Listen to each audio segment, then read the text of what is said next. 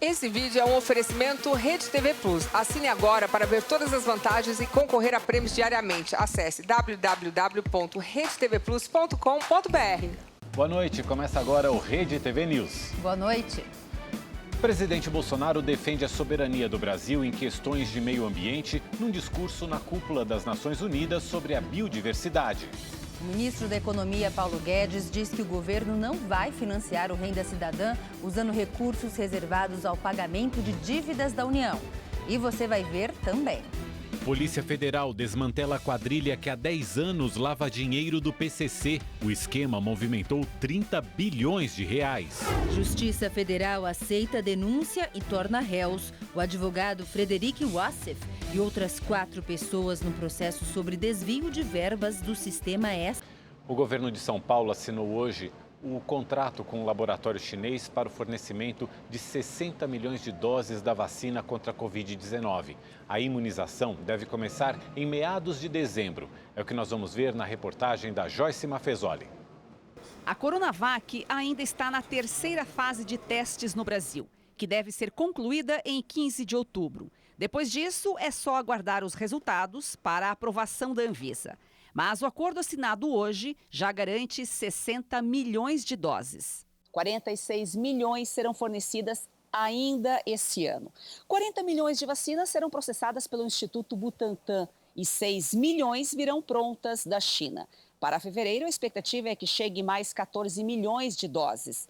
A vacinação deve ter início em 15 de dezembro. Primeiramente para os profissionais de saúde. Depois serão atendidos os idosos e grupos de risco, até contemplar toda a população. Confiantes que estamos no resultado desta vacina, nos 50 mil testes realizados na China, sem nenhuma contraindicação, estamos avançando positivamente, com esperança no coração de que esta será uma das mais promissoras vacinas contra a Covid-19. O contrato com o laboratório chinês também garante a transferência de tecnologia para o Butantan desenvolver a vacina aqui no Brasil.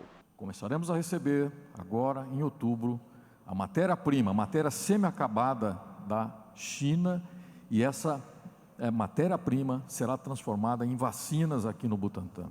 Então, é isso também que trata esse acordo, dessa transferência do conhecimento, da possibilidade de desenvolvermos o processo integralmente, começando já por essa fase de formulação em invase e de controle de qualidade. A Coronavac será aplicada em 2 doses, com intervalo de 14 dias. O prazo, que era até março, foi estendido para vacinar o maior número de pessoas. Nós temos realmente a grande expectativa e temos a sensação, pelo relacionamento muito franco e próximo que temos com o Ministério, que esse processo de vacinação se dará pelo sistema, pelo Programa Nacional de Imunização, pelo Sistema Único de Saúde. Possivelmente, ainda no primeiro semestre, nós teremos um grande número de pessoas vacinadas no nosso país. E o governo do Espírito Santo publicou regras para o retorno do ensino infantil em 75 municípios que estão com baixo risco de contaminação pela Covid-19. O governador do Espírito Santo, Renato Casagrande, autorizou a volta presencial do ensino infantil público e também nas escolas particulares, a partir do dia 5 de outubro. As regras foram divulgadas em decreto. Dentre as orientações, as unidades devem formar turmas de, no máximo, 10 estudantes por sala. O texto publicado proíbe o contato dos alunos de diferentes turmas e também orienta os profissionais a higienizar as roupas e os calçados que forem ser utilizados dentro das instituições, proibindo o uso deles no caminho de casa para o trabalho e vice-versa. Foi publicado, é a portaria 02, César Sedu. Na verdade, ela complementa aquela portaria anterior, só que agora com um detalhamento especificamente para as crianças de 0 a 5 anos. Este colégio está em fase de adaptação. Adquiriu totem com álcool em gel, termômetro e tapete para higienização. A quantidade de alunos também foi reduzida. O retorno vai ser um retorno gradativo, né? Vai ser um retorno onde as aulas acontecerão de forma presencial, pelos alunos que estarão aqui, mas os alunos que não puderem estar na escola vão também ter a mesma qualidade de aula em casa, mas a gente tem que tomar todos os cuidados, porque o vírus ainda não foi vencido, né? Entrou em vigor também nesta quarta-feira um decreto de calamidade pública no Espírito Santo, válido por 180 dias. A medida permite a compra de equipamentos e a realização de obras sem a necessidade de contratos e licitações. No Rio de Janeiro, uma operação da Polícia Civil cumpriu mandados de busca e apreensão contra um grupo suspeito de fraudar linhas de crédito. O esquema teria movimentado mais de 20 milhões de reais. 15 mandados de busca e apreensão foram cumpridos em diversos bairros da capital fluminense.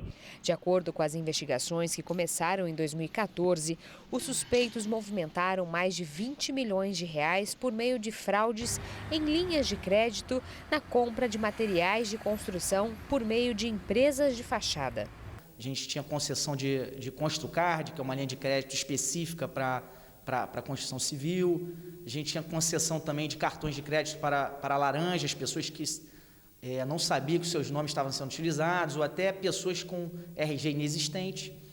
E esse grupo, ele movimentava essas quantias vultuosas através dessas práticas de estelionato. A polícia acredita que pelo menos 10 pessoas estão envolvidas no esquema, entre elas 2 gerentes de bancos. A gente tem indícios de que eles atuavam na concessão de crédito, na abertura de contas, nessa função aí de facilitar a celebração desses contratos, dessas empresas com os bancos. Agentes penitenciários prenderam um homem que tentava entregar ferramentas a detentos de uma cadeia pública do Paraná. As imagens mostram 2 homens que, por um terreno baldio, se aproximam da lateral de uma das galerias da cadeia pública de Guaíra, no oeste do Paraná. Em posse de ferramentas, os envolvidos dispararam os sensores da instituição. Para impedir qualquer ação criminosa, de acordo com o DEPEN, foram necessários disparos de munições não letais, o que fez com que os 2 homens rapidamente deixassem o local. Após uma varredura, foram localizados um pé de cabra e uma serra. Os agentes identificaram um dos envolvidos, que foi abordado pela polícia horas depois. A princípio, negou a participação na situação, porém, após minutos de conversa, ele assumiu que pretendia repassar as ferramentas para o interior da cadeia pública. Ainda mostrou aos policiais um hematoma nas nádegas, consequência de um dos disparos realizados pelo armamento antimotim. Já em outro caso, porém na mesma instituição, os agentes penitenciários apreenderam 7 gramas de pasta base de cocaína em tubos de creme dental. A droga foi apreendida durante procedimento de revista de produtos enviados para os presos. O DEPEN informou que o remetente e o destinatário foram identificados e o caso foi repassado à Polícia Civil. 4 suspeitos morreram num confronto com a polícia na Praia do Futuro, em Fortaleza. Na mesma região, uma criança de 4 anos foi assassinada por criminosos. O confronto foi flagrado por moradores da região no início da noite de ontem. Segundo a polícia, este veículo com 5 ocupantes não atendeu a ordem de parada e fugiu. Houve troca de tiros e 4 suspeitos foram atingidos. Eles foram levados para uma UPA da região, mas não resistiram. Um outro suspeito foi preso. A polícia apreendeu 4 armas de fogo. O veículo era roubado e as placas clonadas. Na mesma região, esta criança de 4 anos foi atingida em um tiroteio por um grupo criminoso. A menina morreu no local. Segundo testemunhas, o alvo era a mãe da criança, que também foi atingida, mas não corre risco de morrer. A polícia ainda não identificou os criminosos e não sabe se os 2 casos têm relação. O Ministério Público do Rio Grande do Sul cumpriu mandados de busca e apreensão em uma operação que investiga possíveis desvios de cerca de 8 milhões de reais em entidades de futebol ligadas a atletas em formação e profissionais. Segundo o MPF, uma associação criminosa instalada em 2 sindicatos de atletas profissionais estaria desviando os valores milionários desde 2015. Os suspeitos estariam integrados nas presidências, direções e funções financeiras das entidades. As quantias eram depositadas em contas de terceiros. A Federação Nacional dos Atletas Profissionais de Futebol também está sendo investigada. O governador de Santa Catarina, Carlos Moisés, do PSL, é investigado pelo Ministério Público Federal por suspeita de participação num esquema criminoso de desvio de dinheiro público. Hoje, ele foi alvo de buscas por uma suposta fraude na compra de respiradores feita no começo da pandemia. Segundo os promotores, o governador teria participado da aquisição superfaturada de 200 respiradores pulmonares para tratamento da Covid-19. A compra, feita em março no valor de R$ 33 milhões, foi realizada sem licitação e de maneira emergencial junto a uma empresa particular. Apenas 50 equipamentos foram entregues, mas acabaram confiscados pela Receita Federal por irregularidades na documentação e por não atender aos pré-requisitos para o tratamento de pacientes com o coronavírus. O caso já motivou a saída de 2 secretários do governo catarinense. Carlos Moisés disse que não participou do processo de compra, que, segundo ele, foi feito pela Secretaria de Saúde. O governador enfrenta 2 processos de impeachment já aprovados na Assembleia Legislativa de Santa Catarina. Um deles é justamente pela suspeita de fraudes na compra dos respiradores. A Câmara de Vereadores do Rio de Janeiro instalou hoje 2 CPIs para investigar denúncias contra o prefeito Marcelo Crivella, do Republicanos. As informações com o repórter Tony Vendramini. A primeira CPI é a que investiga irregularidades e cobrança de propinas nos contratos da Rio Tour, a empresa municipal de turismo. O caso foi investigado na Operação Hades, no início do mês. O vereador Jorge Manaia, do Progressistas, que é líder da base governista, foi escolhido para presidir a comissão de impeachment do prefeito Marcelo Crivella.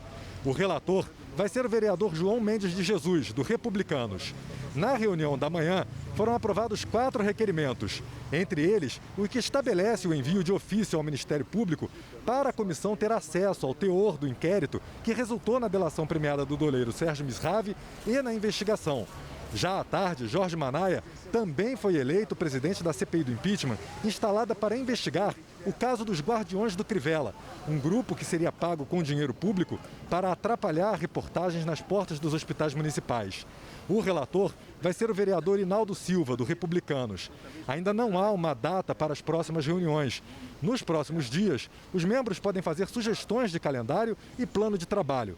Depois que as comissões receberem os documentos requeridos, os vereadores começam a decidir quem será ouvido. O prazo de funcionamento das CPIs é de 120 dias, podendo ser prorrogado por mais 60. Do Rio de Janeiro, Tony Vendramini, para o Rede TV News. Empresários envolvidos em um esquema que teria sonegado cerca de R$ 1 bilhão em impostos são investigados numa operação da Receita e do Ministério Público de Minas Gerais. O grupo também agia em São Paulo e em Brasília. Um dos mandados de busca e apreensão foi nessa indústria de alimentos em São Paulo. As equipes que participaram da operação tiveram que forçar a entrada na empresa. Em Minas Gerais, um dos alvos foi o empresário dono de uma mansão em Uberlândia. No total, foram cumpridos 14 mandados de busca e apreensão e 7 de prisão preventiva. O grupo é suspeito de abrir empresas de fachada com o objetivo de emitir notas fiscais falsas e, assim, acobertar o escoamento da produção de cereais, sem o pagamento do ICMS. De acordo com as investigações, o rombo aos cofres públicos é de cerca de R$ 1 bilhão. O ex-secretário estadual de Educação do Rio de Janeiro, Pedro Fernandes, foi transferido para o sistema prisional. A Justiça revogou a prisão domiciliar do ex-secretário, que estava preso em casa após apresentar exame positivo para a Covid-19. O Ministério Público alegou o fim do prazo de 14 dias de quarentena. Pedro Fernandes é apontado como o suposto chefe de uma organização criminosa que fraudava licitações em projetos sociais assistenciais no Rio de Janeiro. O esquema pode ter desviado mais de 66 milhões de reais dos cofres públicos entre 2013 e 2018. A defesa do ex-secretário alega a necessidade de alta médica e que ele ainda pode estar transmitindo a doença. Disse ainda que Pedro Fernandes vai demonstrar sua inocência no curso do processo. O advogado Frederic Wassef e outras 4 pessoas se tornaram réus por lavagem de dinheiro e peculato em um esquema que teria desviado mais de 4 milhões de reais do Sistema S. A denúncia foi aceita pela juíza federal substituta Caroline Figueiredo. De acordo com o Ministério Público Federal, movimentações suspeitas foram encontradas nas contas do escritório de Wassef, que já defendeu a família Bolsonaro. Os recursos teriam sido desviados da Federação do Comércio de Bens, Serviços e Turismo do Estado do Rio de Janeiro entre dezembro de 2016 e maio de 2017. Até o momento, a defesa de Wassef não se manifestou sobre a decisão. A Procuradoria-Geral da República voltou atrás na acusação contra o deputado Arthur Lira, do PP de Alagoas, e pediu que o Supremo Tribunal Federal rejeite a denúncia apresentada pela própria PGR há 3 meses. Em resposta a um pedido da defesa do deputado, a subprocuradora-geral da República, Lindora Araújo, chefe da PGR na Lava Jato, disse não haver elementos que comprovem a participação do deputado na acusação. Arthur Lira é acusado de corrupção passiva envolvendo valores supostamente desviados de obras da Petrobras com a construtora Queiroz Galvão. A gente vem acompanhando aqui no Rede TV News a história do professor que foi vítima de intoxicação pela cerveja da Baker, a Belo Horizontina. Ontem, esse professor passou por uma cirurgia para transplante de rim e já deve ter alta nos próximos dias. E o órgão foi doado pela esposa dele. A Flávia compartilhou hoje o momento antes da cirurgia que mudaria a saúde do marido Cristiano. Eu e o Cris aqui, já no bloco cirúrgico, com uma vibração super boa, já rezamos, né, Cris, para o nosso anjo da guarda. A equipe médica registrou tudo. Em cerca de 1 hora, o rim da Flávia foi transplantado para o marido e o procedimento foi um sucesso. A cirurgia foi maravilhosa e a recuperação aqui agora está sendo fantástica. A recuperação também está ótima, um pouquinho de dor, nada que um bom remédio não resolva, né? Tudo tranquilo. 24 horas depois de receber o rim doado pela esposa Flávia, o Cristiano permanece em recuperação na unidade de terapia intensiva aqui do hospital. De acordo com o boletim médico, ele se recupera bem e o rim transplantado está funcionando perfeitamente. É interessante e emocionante, porque realmente a compatibilidade entre marido e mulher, que não são parentes, não é o mais comum. O mais comum é você achar compatibilidade entre parentes. Mas e o caso dele especial, que envolve uma patologia rara, por uma intoxicação, né, por cerveja e tudo, foi mais emocionante de ver a união dos dois. O transplante do Cristiano foi necessário porque o rim dele não funcionava há mais de 10 meses. O professor é uma das vítimas da intoxicação das cervejas da Baker, que matou 10 pessoas e deixou 16 com sequelas graves. Ele chegou a ficar totalmente paralisado, mas a fisioterapia ajudou a recuperar os movimentos.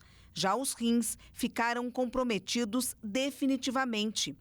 Dependente da diálise, ele passava 10 horas por dia ligado à máquina. A vida dele agora vai passar a ser normal, continuando a evolução boa como está. Ele fica livre da diálise. E agora, graças ao gesto de amor da esposa, o Cristiano vai poder desfrutar de uma vida nova. Hoje já começou uma vida nova para o Cristiano, né? Eu já estive com ele lá no CTI, ele já está assim, com outra vitalidade, bem disposto, rosto corado, rosadinho. Nossa, eu já estou assim, realizada. Otimista, feliz, animado, né? E agora é bola para frente. E mais uma vítima da tragédia provocada pela Vale em Brumadinho pode ter sido resgatada pelos bombeiros. Partes de um corpo foram encontradas pelas equipes que trabalham no local a 2 quilômetros de distância do ponto onde houve o rompimento da barragem. Agora, o trabalho de identificação será feito pelo IML de Belo Horizonte. 11 vítimas continuam desaparecidas. 270 pessoas morreram na tragédia. Um filhote de cachorro foi resgatado dos escombros após um incêndio no interior de Minas Gerais. O resgate foi feito pelos bombeiros de Montes Claros depois que conseguiram controlar as chamas que atingiram a vegetação. Moradores informaram que uma cadela vivia no lote e teria dado à luz recentemente. Durante as buscas, eles ouviram o choro do animalzinho. O filhote foi encontrado e resgatado com a ajuda de equipamentos. O cachorro estava debaixo das ruínas de uma caixa d'água de concreto e foi salvo sem nenhum ferimento. O cãozinho foi entregue a um dos moradores. Os bombeiros continuaram as buscas, mas a cadela e outros filhotes não foram localizados. Promoção Festival de Prêmios da Primavera. Para participar dos sorteios diários aqui na nossa programação, você já sabe, né? Tem que ser assinante do Rede TV Plus. Um carro zero ou um notebook novinho. Para ganhar, você precisa continuar assinando o Rede TV Plus e participar dos sorteios. Acesse redetvplus.com.br ou aponte a câmera do seu celular para o QR Code aqui na tela. Você pode usar qualquer cartão de crédito e, se for cliente da Caixa Econômica Federal, ainda pode usar o seu cartão virtual e pagar no débito. Durante a semana, você concorre a um notebook positivo e até uma moto Yamaha 125. Aos sábados, no Mega Senha, também sai uma moto. E aos domingos, no Encrenca, tem um Super HB20. E no final da promoção, você pode levar no Encrenca um Nivus. Então, assine agora. Estação nova, promoção nova. É o Festival de Prêmios da Primavera, aqui na Rede TV. A taxa de desemprego no Brasil subiu para 13,8% no trimestre encerrado em julho, atingindo 13,13 milhões de pessoas. Essa é a maior marca da série histórica da pesquisa, que calcula, desde 2002, a desocupação oficial do país. No trimestre anterior, encerrado em abril, a taxa de desemprego no Brasil havia ficado em 12,6%. Na comparação com o mesmo trimestre de 2019, o aumento no desemprego foi de 2 pontos percentuais. A população ocupada também bateu recorde negativo e encolheu 8% em 3 meses, recuando para 82 milhões de pessoas. Agora, se existe esse dado negativo em relação ao trimestre que terminou em julho, há algum ânimo em relação ao mês de agosto, porque pelo segundo mês consecutivo, o Brasil registrou um saldo positivo na geração de empregos formais. Em agosto foram criados quase 250 mil postos de trabalho com carteira assinada. Os números foram impulsionados pela indústria de transformação, construção, pelos setores de comércio e serviços. No entanto, no acumulado do ano, o saldo continua negativo. A diferença entre as demissões e as vagas criadas está em 850 mil. O Tribunal Superior Eleitoral fechou parceria com 3 redes sociais para combater as fake news nas eleições municipais. O acordo inclui as plataformas do Facebook Brasil, Instagram e WhatsApp e faz parte de uma série de medidas tomadas pelo tribunal para evitar informações falsas e abusos durante o processo eleitoral. Sem custos aos cofres públicos, a parceria visa incentivar a circulação de informações que venham de fontes oficiais. Pedir que as redes sociais, com este papel agregador e de aproximação das pessoas que ela pode desempenhar, seja utilizada muitas vezes por maus propósitos. Nós devemos transformar a revolução tecnológica, como tudo na vida, numa revolução em favor do bem e termos mecanismos adequados para neutralizar o mal. E agora a previsão do tempo para todo o Brasil com o Igor Silveira. Olá, boa noite. A quinta-feira será com tempo quente e seco no interior do Brasil e a chuva só deve se concentrar nas áreas mais escuras do mapa, que inclui a região norte, o sul e também o nordeste. O tempo será quente em todo o interior nordestino, mas com previsão de chuva fraca, rápida e localizada em partes do litoral. Hoje, São Paulo registrou a maior temperatura do ano e a segunda maior da história da cidade, com um calor de 37 graus. Amanhã, o tempo continua firme em todo o sudeste e não tem previsão de chuva. No Rio de Janeiro, o dia estará quente, abafado, com baixa umidade relativa do ar no período da tarde e a máxima pode chegar aos 37 graus. Então beba bastante água e não deixe de usar o protetor solar. O Instituto de Meteorologia emitiu ontem um alerta sobre o calor extremo na região metropolitana de Cuiabá. Amanhã, o calorão continua e a máxima será de 41 graus. Em Manaus, a previsão é de chuva e os termômetros registram 34 graus. E se você quer saber mais sobre a previsão do tempo na sua cidade, é só entrar no site da Rede TV. Eu fico por aqui, uma ótima noite, até mais. E vamos aos números da Covid-19 no Brasil. De acordo com o Ministério da Saúde, 4.180.000 pessoas já se recuperaram da doença. Outras 486 mil seguem em acompanhamento. E o país acumula quase 144 mil mortes provocadas pelo vírus. A Polícia Federal deflagrou hoje uma operação para desarticular um importante braço financeiro do PCC. 50 postos de uma rede de combustíveis são suspeitos de lavar dinheiro da facção. 13 pessoas foram presas. A investigação teve origem a partir da morte de duas lideranças do PCC. Rogério Jeremias de Simone, conhecido como GG do Mangue, e Fabiano Alves de Souza, o Paca. No crime que ocorreu em 2018, os assassinos usaram um helicóptero. A polícia rastreou a documentação da aeronave e várias movimentações financeiras suspeitas. A investigação identificou uma rede de postos de combustíveis usada para lavar dinheiro do tráfico de drogas através de empresas reais, de fachada e laranjas. Segundo o Conselho de Controle de Atividades Financeiras, o COAF, as movimentações suspeitas ultrapassam 30 bilhões de reais. Além do bloqueio de bens, além do sufocamento financeiro da organização criminosa, foi a interdição da atividade econômico-financeira da empresa. Uma rede sólida no mercado de combustível aqui de São Paulo, que não é uma rede ilícita, mas nós identificamos que alguns postos, eles estavam efetivamente sendo utilizados para lavagem de dinheiro, não só do narcotráfico, mas de crimes propriamente cometidos pela facção criminosa aqui de São Paulo. 20 pessoas foram indiciadas e vão responder na justiça por organização criminosa e lavagem de dinheiro. Entre os investigados estão empresários do setor de combustíveis e um homem que foi condenado por participar daquele famoso assalto ao Banco Central do Brasil, em Fortaleza, isso lá em 2005. Outro alvo, conhecido como Alemão, estaria envolvido em crimes do PCC. A família dele é dona de 50 postos de gasolina. No total, foram cumpridos 13 mandados de prisão preventiva e 43 de busca e apreensão na capital paulista e nos municípios paulistas de Bauru, Igaratá, Tremembé, Guarujá e Mongaguá, além das cidades de Londrina e Curitiba, no Paraná, Balneário Camboriú, em Santa Catarina e Salvador, na Bahia.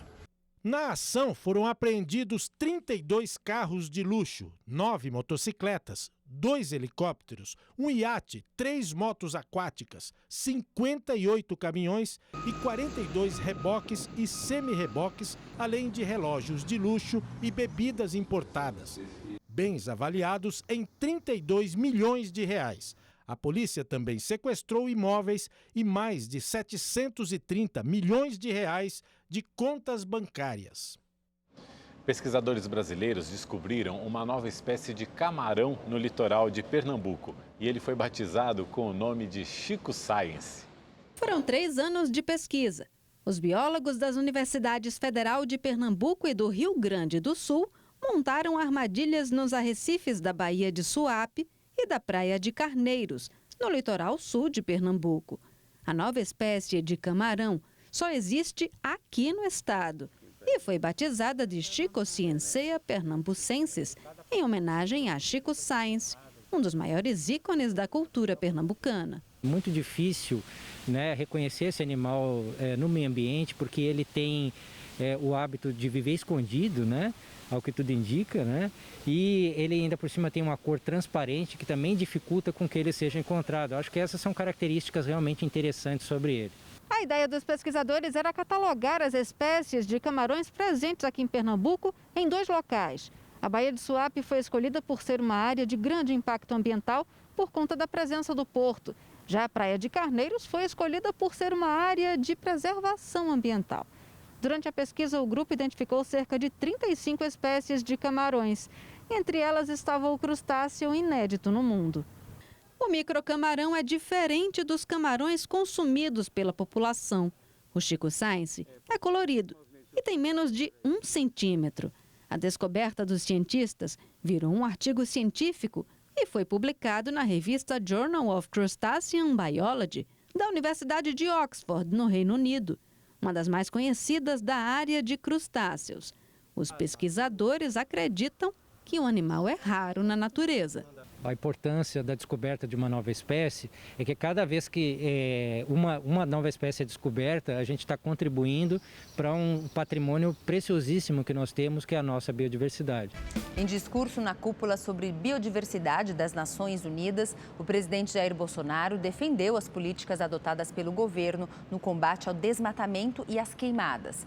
Você vai ver agora os principais trechos do discurso do presidente. Exploração racional e sustentável. A exploração racional e sustentável dos incomensuráveis recursos presentes no território brasileiro em prol de nossa sociedade é uma prioridade nossa.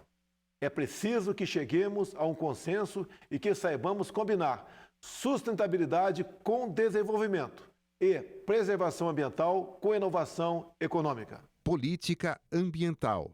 Temos a obrigação de preservar nossos biomas e, ao mesmo tempo, precisamos enfrentar adversidades sociais complexas, como o desemprego e a pobreza, além de buscar garantir a segurança alimentar do nosso povo. Em 2020, avançamos nessa direção e, mesmo enfrentando uma situação difícil e atípica devido ao coronavírus, reforçamos ações de vigilância sobre nossos biomas e fortalecemos nossos meios para combater a degradação dos ecossistemas, a sabotagem externa e a biopirataria. Desmatamento na Amazônia. Na Amazônia, lançamos a Operação Verde Brasil 2, que logrou reverter, até agora, a tendência de aumento da área desmatada observada nos anos anteriores. Vamos dar continuidade a essa operação para intensificar ainda mais o combate a esses problemas, que favorecem as organizações que, associadas a algumas ONGs, comandam os crimes ambientais no Brasil e no exterior. Queimadas no Pantanal. No Pantanal, fortalecemos a integração entre agências governamentais com o apoio das Forças Armadas, para atuar de maneira coordenada e, assim, combater os focos de incêndio no entorno dessa região.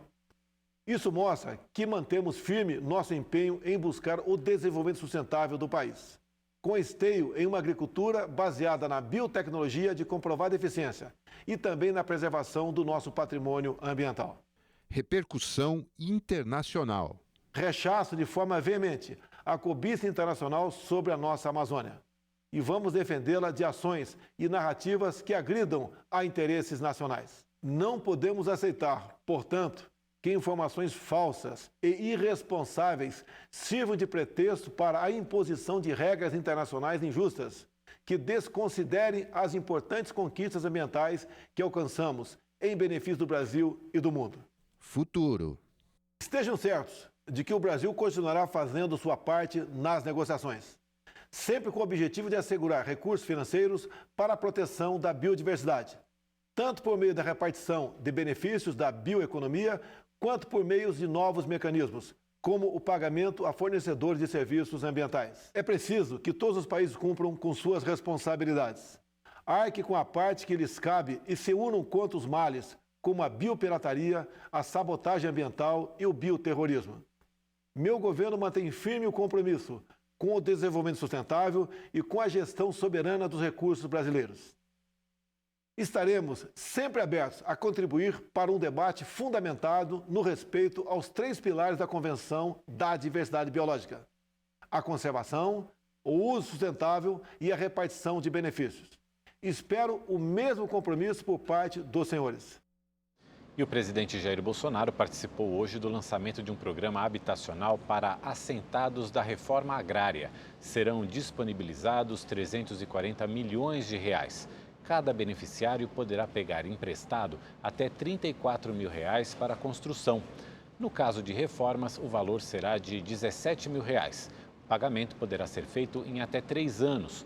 O programa deve beneficiar 10 mil famílias em todo o Brasil. O ministro da Economia, Paulo Guedes, negou hoje que o governo pretenda utilizar recursos destinados ao pagamento de precatórios para financiar o Renda Cidadã, programa social que vai substituir o Bolsa Família. Guedes, no entanto, informou que o governo realiza um pente fino, já que as despesas com as ações judiciais contra o governo têm crescido de forma galopante. Como é uma despesa permanente, tem que ser financiado por uma receita permanente. Não pode ser financiado por um puxadinho, por um ajuste. Não é assim que se financia um Renda Brasil. É com receitas permanentes. E os precatórios saíram de 10, 12, 13 bilhões no governo Dilma para 20, 25, 30 no governo Temer. Agora estão chegando a 54 bilhões para o ano que vem. Então, é um crescimento galopante, explosivo. Então, não se trata de buscar recurso para financiar isso, e muito menos o recurso de uma dívida que já transitou em julgado e que é líquida e certa. Nós não faremos isso. Gente, Rede TV News fica por aqui. Uma ótima noite para você e até amanhã. Obrigado pela companhia, uma boa noite. A gente se encontra amanhã. Tchau, tchau.